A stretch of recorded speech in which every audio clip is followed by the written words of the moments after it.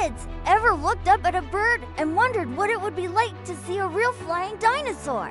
Well, get ready, because we're about to travel back in time, way back, to meet the one and only pterodactylus. So, picture this, it's the late Jurassic period, about 150 million years ago. That's long before your parents, your grandparents, or even the first humans were around. The world was full of giant dinosaurs stomping around, and soaring through the skies were these incredible flying reptiles. And that's when Pterodactylus first appeared, hatching from an egg, just like a bird or a crocodile today. But they weren't dinosaurs, and they weren't birds. They were a special group of flying reptiles called pterosaurs. Now, you might be imagining a gigantic, terrifying monster, right?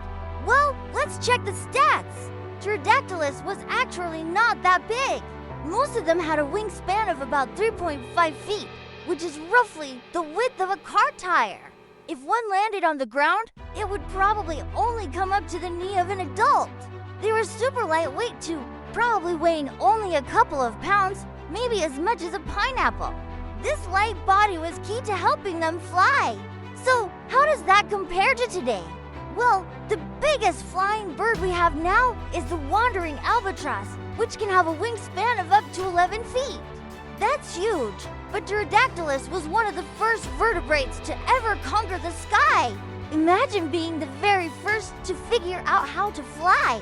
They were the original pilots of the prehistoric world, gliding over ancient oceans and forests, looking for their next meal, which was probably small fish or insects. So, if they weren't the biggest, why is Pterodactylus so famous?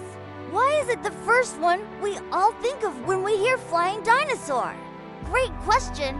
It's because Pterodactylus was one of the very first pterosaurs ever discovered. Back in the 1700s, scientists found its fossil in Germany and were totally puzzled. They thought it was a sea creature at first.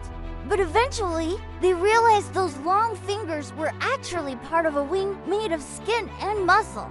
It was a groundbreaking discovery that opened up a whole new world of flying reptiles we never knew existed. It got the name Pterodactylus, which means winged finger, and it became the poster child for all pterosaurs. So even though there were much bigger pterosaurs like the Quetzalcoatlus, which was as big as a giraffe, the little Pterodactylus will always be the star. It was the one that first showed us that millions of years ago, the skies belonged to the incredible, the amazing, the original Pterodactylus. Keep looking up and keep wondering. If you like this video, give it a big thumbs up and hit subscribe so you don't miss the next one.